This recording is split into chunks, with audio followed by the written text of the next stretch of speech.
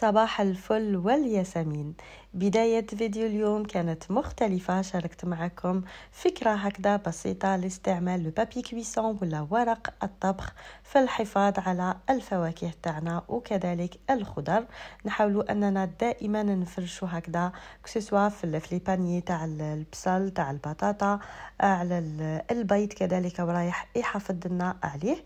وهنايا راني رايحة نشارك معكم وصفة تاع بسكوي غولي من أروع ما يكون، أسهل وأبسط وصفة وأنجح وصفة بإذن الله. هنايا في البول تاعي كنت درت 5 تاع بياض البيض مع رشة من الملح، كنت هكذا ضربتهم شوية غير قياس ما يبدا هذاك نكسروا هذاك البياض تاع البيض تاعنا. من بعد ضفت عليهم 5 ملاعق كبار من السكر، واني رايحه نطلع البياض تاعي بياض البيض تاعي جيدا. وهنايا راني نوري لكم في صفار البيض اللي انا رايحين نضيفوه من بعد ما رايح يطلع لنا هذاك البياض مع السكر. ومن جهة تانية راني نوجد في الفرينة تاعي اللي هي كذلك 5 ملاعق كبار من الفرينة. كما راكم تشوفوا معايا هاد الوصفة غير بالملعقة، ما نحتاجوش فيها للميزان. هنايا بعد ما طلع هذاك البياض تاع البيض تاعي على شكل مورانك كما راهو موضح في الفيديو، نبدا نضيف في هذاك الصفار تدريجيا غير بالوحده كي تتجانس هذيك الصفار تاع البيض مع الخليط تاعي. انا رايحه نضيف الصفار اللي بعده هكذا حتى نكمل كامل الكميه. بعد ما تخلطوا لي مليح انا رايحه نضيف عليهم 5 ملاعق كبار من الزيت، ومن بعد انا رايحه نطفي لو غوبو تاعي، واني رايحه نضيف الفرينه هكذا جوست بهذاك لو فوي تاعي. كما راكم تشوفوا معايا وصفه ما نستعملوش فيها الميزان، جوست بالملعقه. ضفت هنايا الفرينه، نضيف معاهم تقريبا واحد ربع ملعقه صغيره من خماره الحلويات، ونضيفوا اون بون كويير تاع لافاني هكذا باش يتنسم لنا هذيك لاباط جينواز تاعنا. هاد لاباط جينواز تقدروا تحضروها هكذا على شكل بلانش تحضروا بها لي بسكوي غولي، ولا ديروها في عمود كذلك اي رايحه تجيكم خفيفه وطالعه باش تحضروا بها هكذا لي جينواز تاعكم ولا لي تارت.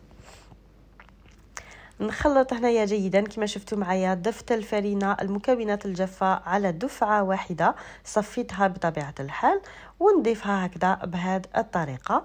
ومن بعد نجيب هنايا لو مول تاعي اللي كنت لبسته بلو بابي كويسون. كما شفتوا معايا لو بابي كويسون عنده عده استعمالات، نقدروا نستعملوه في المطبخ في عده استعمالات. انا رايحه نشارك معكم في الايام المقبله. اذا عجبكم هذا النوع من لي زاستوس هكذا انا رايحه نحاول انني نشارك معكم اي حاجه نعرفها في المطبخ باذن الله.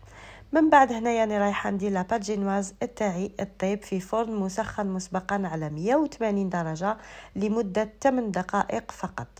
بعد ما خرجتها من الفرن نجي هكذا وهي هذيك لاباط جينواز تاعي هكذاك حاميه، نرشها بسكر غلاس هكذا باش كي راني رايحه نقلبها ماهيش رايحه هذيك القشره تاعها تطير لي. انا رايحه نقلبها بكل سهوله كما رايحين تشوفوا معايا الطريقه.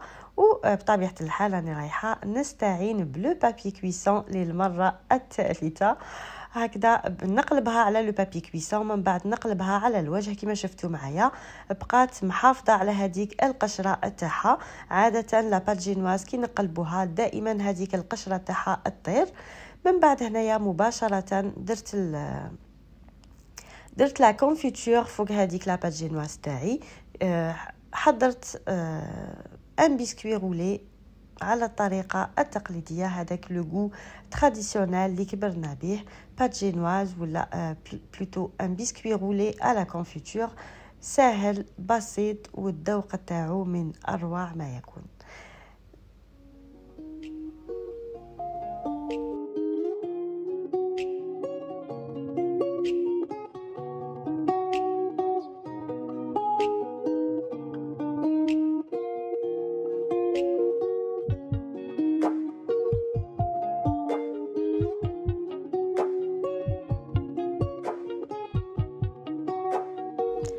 بعد ما حطيت لا كونفيتور نبدا هكذا نرولي في هذاك لا بات جينواز تاعي.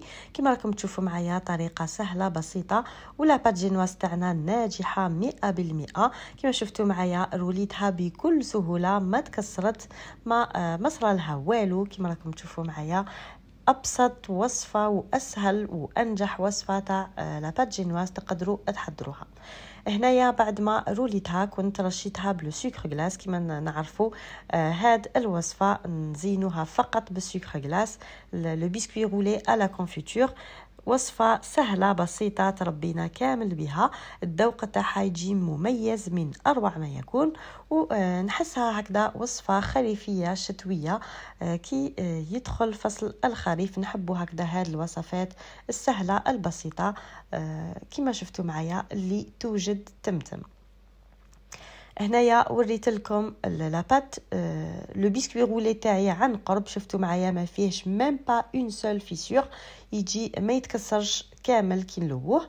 هنايا نقطعوه ونقدموه ونشوفوا الشكل تاعو النهائي في صحن التقديم.